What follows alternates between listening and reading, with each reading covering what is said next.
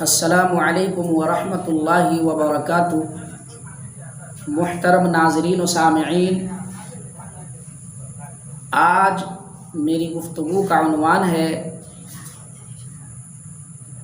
کہ رسول اللہ صلی اللہ علیہ وسلم کی ماں آمنہ خاتون کا انتقال کہاں ہوا۔ تو دیکھیے، پچھلی گفتگو میں آپ سن چکے ہیں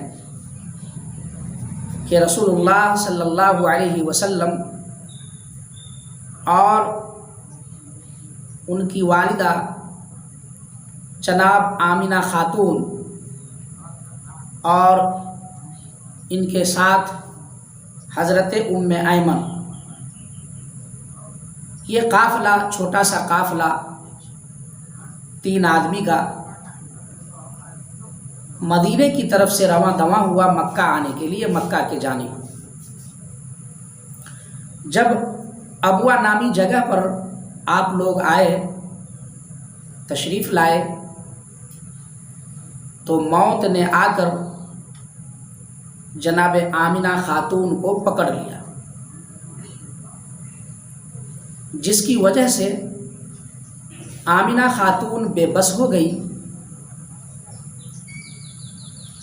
اور ننھے سے بچے کو، چھوٹے سے بچے کو ہمیشہ کے لیے چھوڑ کر اس دنیا سے چل بسی۔ اس وقت آپ کی عمر، یعنی رسول اللہ صلی اللہ علیہ وسلم کی عمر 6 سال تھی۔ 6 سال اور کچھ دن آپ کی عمر تھی۔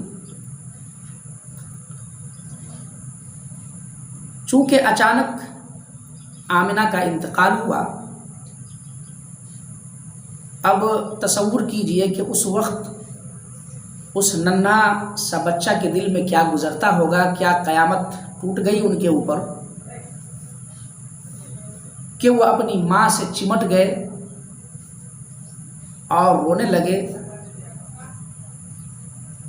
حضرت ام ایمن جو آپ کے ساتھ تھی، وہ وہیں چھوڑ کر آمنہ کی لاش کو اور محمد الرسول اللہ کو وہیں چھوڑ کر، چونکہ آپ کا انتقال پہاڑی علاقے میں بستی سے بہت دور ہٹ کے آپ کا انتقال ہوا تھا،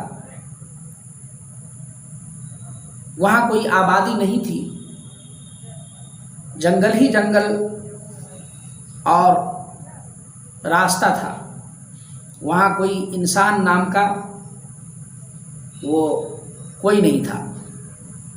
چنانچہ ان دونوں کو چھوڑ کر، رسول اللہ صلی اللہ علیہ وسلم کو اور آمنہ کی لاش کو چھوڑ کر، ام ایمن وہاں سے دور جو آبادی تھی ابوا میں، وہاں سے جو ہے آپ لوگوں کو بلانے کے لیے چلی گئیں اور لوگوں کو بلا کر لائی۔ پھر حضرت آمنہ کی قبر تیار ہوئی اور آمنہ خاتون کو اس قبر میں رکھ دیا گیا، پھر مٹی ڈال دی گئی اور ام ایمن رسول اللہ صلی اللہ علیہ وسلم کو ساتھ لے کر مکہ کی طرف روانہ ہونا چاہتی تھی، لیکن رسول اللہ صلی اللہ علیہ وسلم جو ابھی بچے تھے، وہ اپنی ماں کی قبر سے چمٹ گئے اور زار و قطار رو رہے تھے اور کہہ رہے تھے، میری ماں تو کہاں چلی گئی، مجھے چھوڑ کر کہاں چلی گئی، میں کیسے رہوں گا، میں کسے ماں کہوں گا۔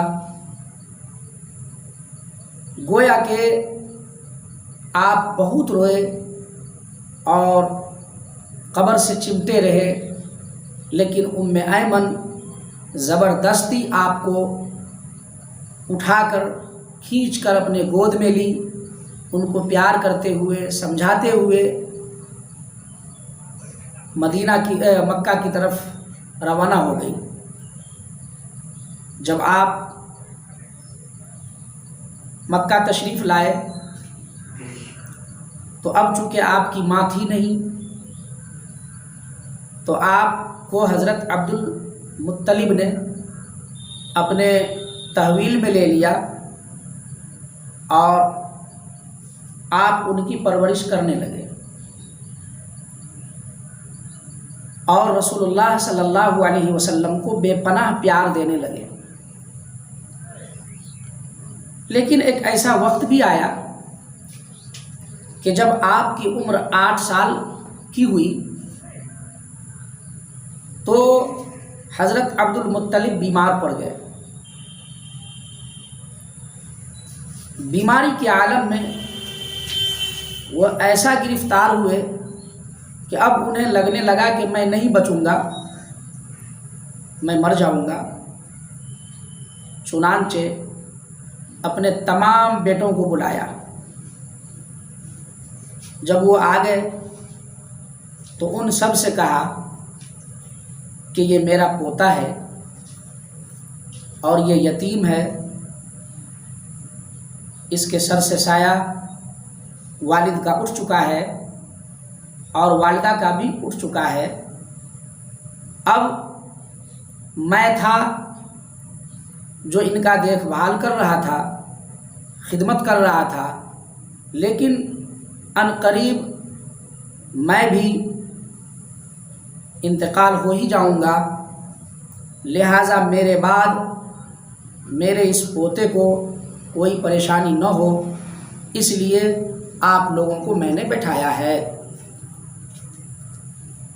چنانچہ آپ نے سبھی بیٹوں سے کہا کہ تم لوگ اپنی اولاد کی طرح اس کی خدمت کرو گے اور اس کو چاہو گے، اسے کوئی تکلیف نہیں پہنچنے دو گے، ماں اور باپ کا پیار تم لوگ دینے کی کوشش کرو گے۔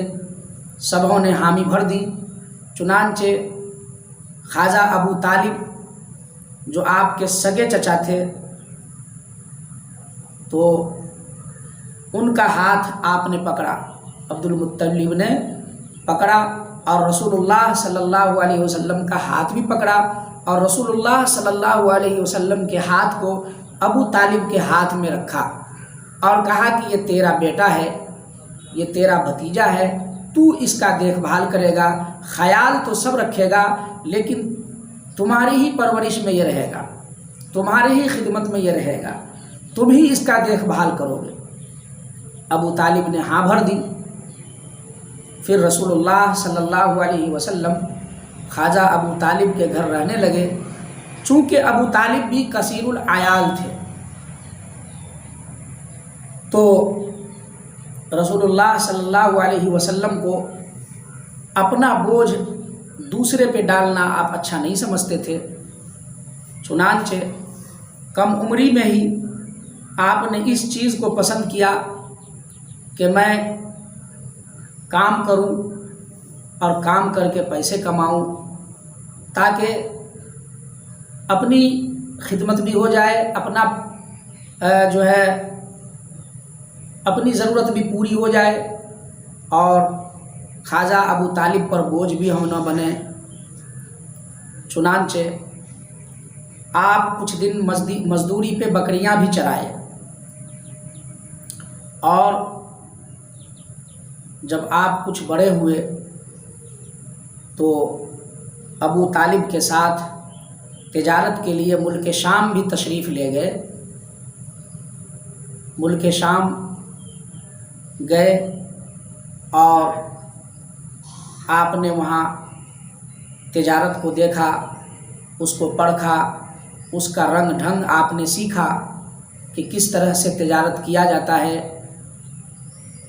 پھر آپ پر تجارت کا رنگ چڑھ گیا، آپ واپسی ہوئے، تشریف لائے گھر اور آپ نے ارادہ کیا کہ مجھے تجارت کرنی ہے۔ تو اگلی گفتگو میں بتلاؤں گا کہ پھر کیا ہوتا ہے۔ تو اللہ تعالی ہم سب کو رسول اللہ صلی اللہ علیہ وسلم سے خوب محبت کرنے والا بنائے، آمین یا رب العالمین، وما علینا الا البلاغ۔